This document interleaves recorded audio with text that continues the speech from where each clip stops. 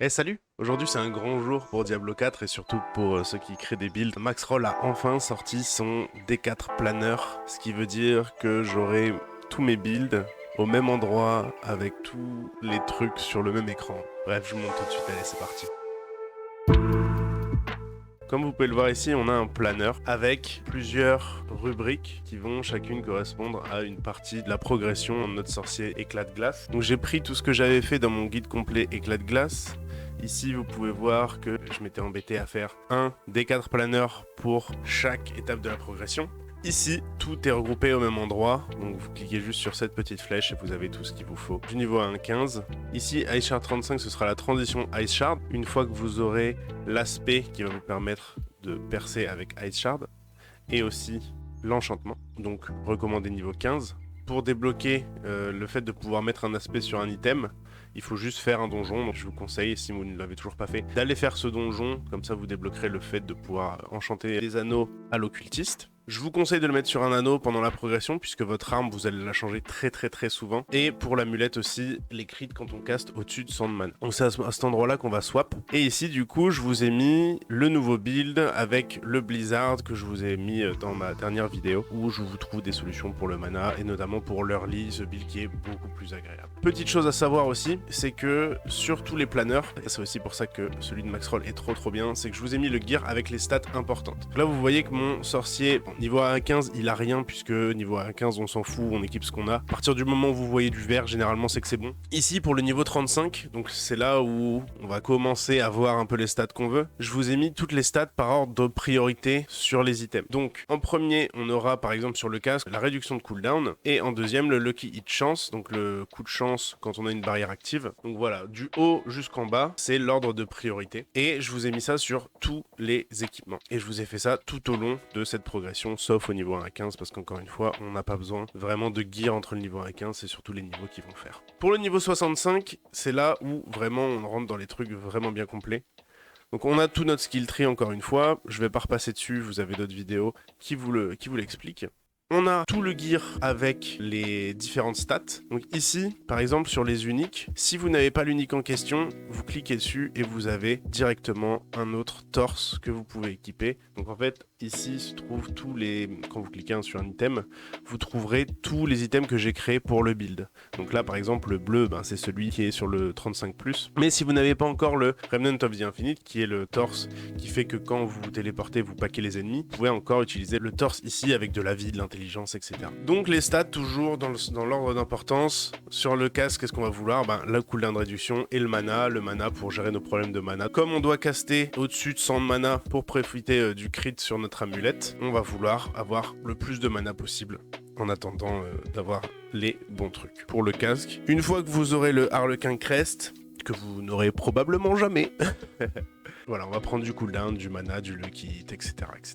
Pour les gants, très important, le Ice Shard, et ensuite le Lucky Hit, et enfin les stats offensives. Pour les jambes, témérité ou l'aspect, donc ce sera le même que sur le torse, faites attention, donc si vous n'avez pas les deux aspects sur les jambes ou sur le torse, peu importe, ici vous pouvez changer avec la Nova de glace qui a une charge en plus, mais plus de cooldown, à essayer, peut-être que vous aimerez bien, ou sinon des trucs qui donnent des barrières, peu importe, le but étant, en tout cas pour moi, de choper témérité et le Remnant of the Infinite qui vont vous permettre, le premier de devenir beaucoup plus tanky, et le Remnant of the Infinite d'aller beaucoup plus vite en clear puisqu'on va pack les ennemis et quasiment les one shot.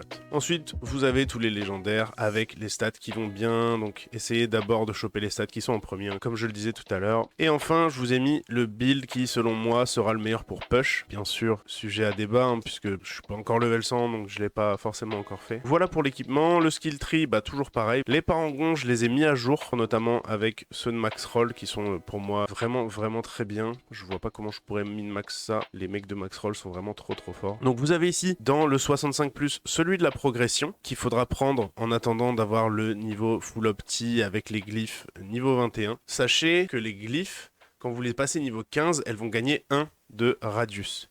Donc si je prends celle-ci par exemple, ici, vous voyez qu'elle a 1, 2, 3 cases de radius, et si je la monte niveau 15, elle en prend une quatrième, et c'est pour ça que, une fois la progression finie, quand vous aurez up vos glyphes niveau 21, vous allez pouvoir les changer un peu votre build. Et c'est là où on passe sur le level 100 push. Ici, toutes les glyphes sont niveau 21, donc En vrai, elles seront niveau 15, hein, vous embêtez pas forcément à les monter niveau 21 tout de suite.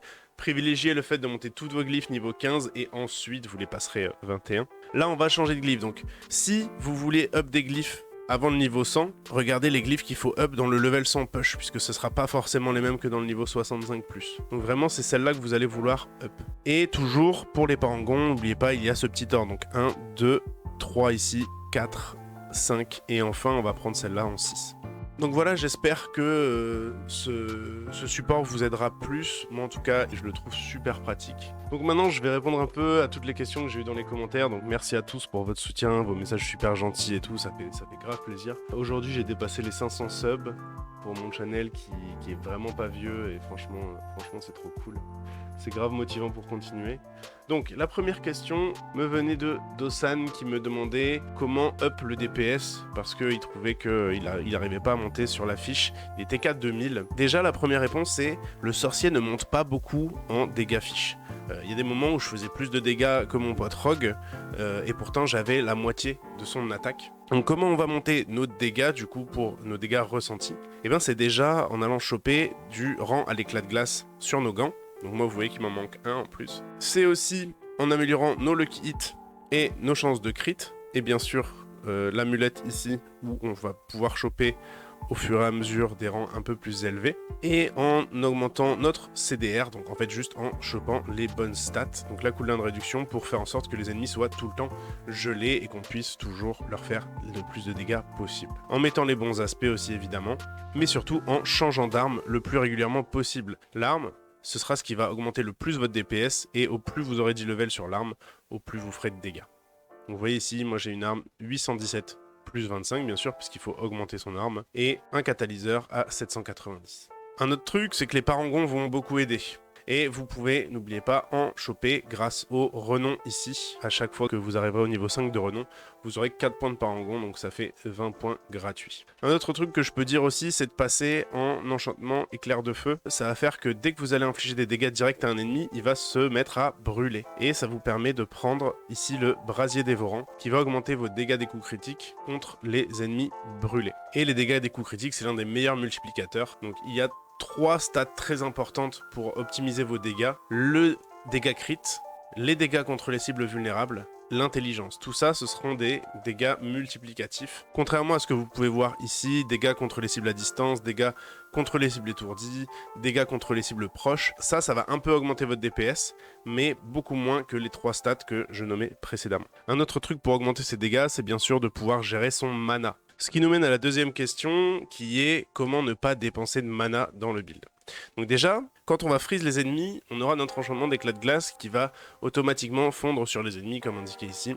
Et les éclats de glace ont 40% de chance de ricocher, donc déjà, on aura beaucoup de dégâts là-dessus gratuitement. En plus, grâce à notre coup de chance, on va ici avoir Brise Glaciale qui dit « Lorsque vous infligez des dégâts de froid aux adversaires vulnérables en coup de chance, vous avez jusqu'à 20% de chance de générer 15 points de mana. » Donc ça, énormément de régène mana. Aussi, on aura notre armure de glace qui va augmenter notre régène mana de 25%.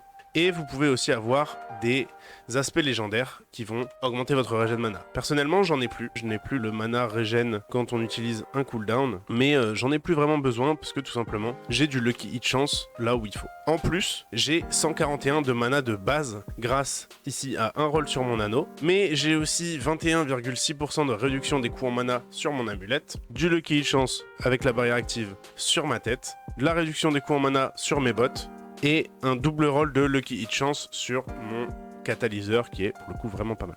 Dans mes parangons, j'ai déjà ici le deuxième plateau qui nous donne plus 16 de mana, plus 4 de mana, plus 4 de mana, plus 4 de mana.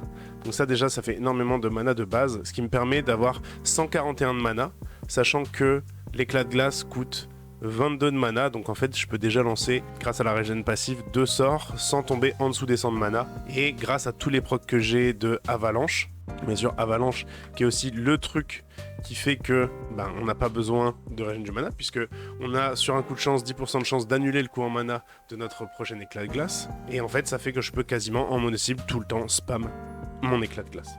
Et enfin on avait une question de Frac qui nous demandait si c'était pas mieux de mettre l'aspect qui perfore, celui-ci, les éclats de glace perfore etc., sur une arme à 2 mains, plutôt que de le mettre sur un anneau et d'avoir un légendaire de plus.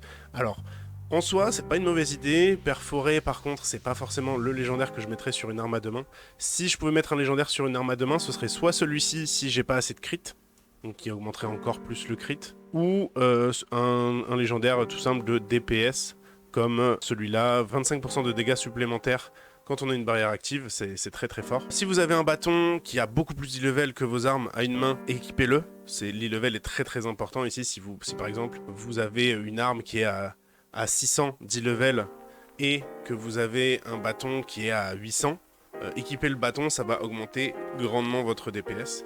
Cependant, si on utilise les armes à une main, c'est parce que, vous voyez ici, juste en dessous des 1353 dégâts par seconde, on a une statistique que personnellement j'appelle l'implicite, parce que dans PoE on appelle ça un implicite, qui est plus 15% de chance d'obtenir un coup de chance. Et sur la off-end, encore mieux, 10,3% de réduction des temps de recharge. En fait, c'est surtout pour ça qu'on va jouer ça. En plus, on a plus de vitesse d'attaque. Donc voilà, j'espère que cette vidéo vous aura aidé pour comprendre un peu mieux votre build d'éclat de glace. Ça me fait toujours très plaisir, comme vous pouvez le voir, de répondre à vos questions et de voir des interactions qui se créent sur la chaîne YouTube. C'est vraiment très très cool. Si vous en avez encore, n'hésitez pas à les laisser dans les commentaires. Comme d'habitude, n'hésitez pas à vous abonner, à partager cette vidéo. Un like serait grandement apprécié. Et puis, à la prochaine fois. Allez, salut! Plus 15% de chance, qui est plus 15%...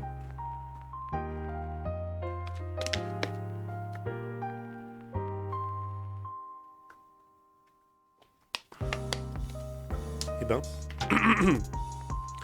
qui est plus 15% de chance d'obtenir un coup de chance.